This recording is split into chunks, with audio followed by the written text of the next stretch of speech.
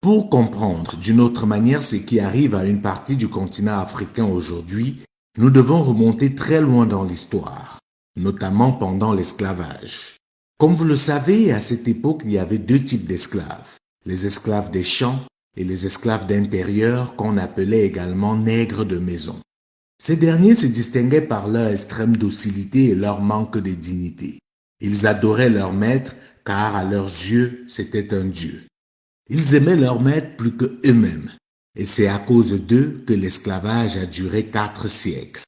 Ils étaient la meilleure arme des esclavagistes, car c'est eux qu'on utilisait pour combattre les dignes esclaves dans les champs de coton. Ils prenaient du plaisir et se sentaient supérieurs à leurs frères des champs, parce que eux, ils avaient droit au reste de table, ils pouvaient dormir dans la cave et porter les vieux vêtements du maître. Lorsque leurs frères des champs essayaient de leur faire entendre raison et militer pour la quête d'une évasion, ils ne comprenaient pas, car à leurs yeux, l'accomplissement ultime pour tout esclave, devenir nègre de maison. Même si parmi eux, certains acceptaient cette position par contrainte, notamment les femmes, et même par stratégie, ils n'étaient malheureusement pas très nombreux et se faisaient très souvent démasquer car leur dignité les rattrapait et trahissait leurs véritables intentions. Alors que les vrais nègres de maison, eux, étaient des experts dans leur domaine de prédilection, à savoir la lèche. Pourquoi nous revenons sur cet épisode aussi lointain qu'obscur? La raison est que cette catégorie d'Africains n'a pas disparu et n'est pas prête de disparaître.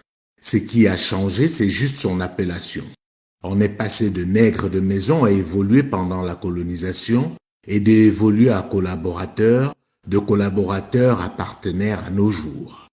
Souvenez-vous, pendant la colonisation, les nationalistes étaient qualifiés d'indigènes et ceux qui remerciaient le ciel pour la présence des colons étaient les évolués. Ces derniers avaient, comme c'était déjà le cas avec les nègres de maison, certains petits avantages, quasiment les mêmes qu'on donnait aux nègres de maison. Reste de table, vieux vêtements, et le Graal pour certains était de pouvoir arborer un jour le fameux casque colonial. C'est donc naturellement à ceux-là que les colons ont fait semblant de remettre le pouvoir au moment de ce qu'on a appelé la décolonisation. Il était vital pour les puissances coloniales de s'assurer que ce soit leur relais, à savoir les évolués, c'est-à-dire les nègres de maison, qui prennent les affaires. C'est pour cela que les dignes fils de l'Afrique, à l'instar de Lumumba, Kwame Nkrumah, Umnyobe, Thomas Sankara et bien d'autres, devaient être sacrifiés pour ne pas faire ombrage aux nègres de maison qu'on devait installer pour assurer la poursuite de l'exploitation de l'Afrique sans plus subir de critiques et de pression, puisque désormais ce n'est plus le colon qu'on voit, mais le nègre de maison qui souverainement décide de se faire aider par les gentils colons, et le terme politiquement correct pour désigner la colonisation qui se poursuit aujourd'hui, c'est bien sûr la coopération. Vous comprenez donc pourquoi il est plus important pour certains princes africains d'être mieux vus par la puissance coloniale que par leurs propres sujets. Ils estiment, et ceci très souvent à juste titre, que leur but ultime est de satisfaire leur maître. Parce qu'ils ne sont pas ingrats, ils savent que leur pouvoir vient en grande partie de lui. C'est tellement fort qu'ils se font concurrence pour savoir qui est le meilleur élève, c'est-à-dire qui donne le plus satisfaction au maître. Ce phénomène se développe également autour de ces princes africains. Ils ont aussi leurs nègres de maison qui sont très généralement leurs principaux collaborateurs, même si on y trouve aussi des capitaines d'industrie qui pensent qu'il est impossible de dissocier le monde politique du monde économique et même social.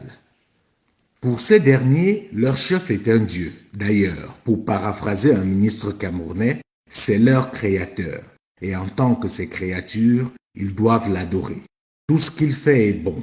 Et c'est pour cela qu'ils ont du mal à comprendre la réaction des esclaves de champ, entendez les vrais opposants, qui osent s'attaquer à un dieu si bon au lieu de s'incliner et espérer qu'un jour, il fasse d'eux également des nègres de maison. Ces nègres de maison sont là, autour des chefs. Ils savent au fond d'eux que la majorité de leurs congénères souffrent. Mais si eux, ils peuvent dormir au chaud, avoir à manger régulièrement à leur table, se soigner, se permettre tous les excès, Tout va pour le mieux dans le meilleur des mondes. Et ceux qui se plaignent doivent être matés avec la dernière énergie. Ce qui est risible avec cette catégorie d'Africains, c'est que si leur maître actuel venait à disparaître, ils auraient la même attitude vis-à-vis du prochain maître. Leur foi ne repose pas vraiment sur la croyance en leur maître, elle repose uniquement sur leur intérêt et leur lâcheté. Peu importe le maître, l'essentiel pour eux, c'est de rester nègres de maison à vie.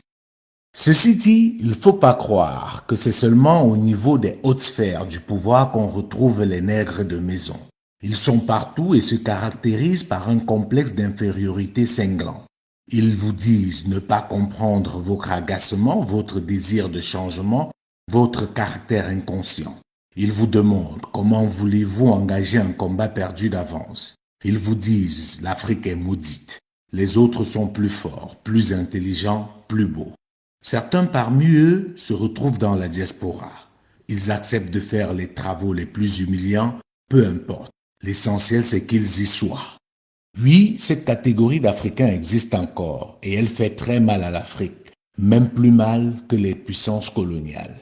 Très souvent par ignorance, mais comme disait quelqu'un, il n'y a de pire malade que celui qui ignore qu'il est. La question que je nous invite à nous poser aujourd'hui, c'est quelle catégorie d'esclaves sommes-nous?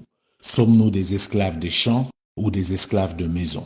En répondant objectivement à cette question, nous marquerons un pas supplémentaire dans le combat pour la restauration de la dignité africaine.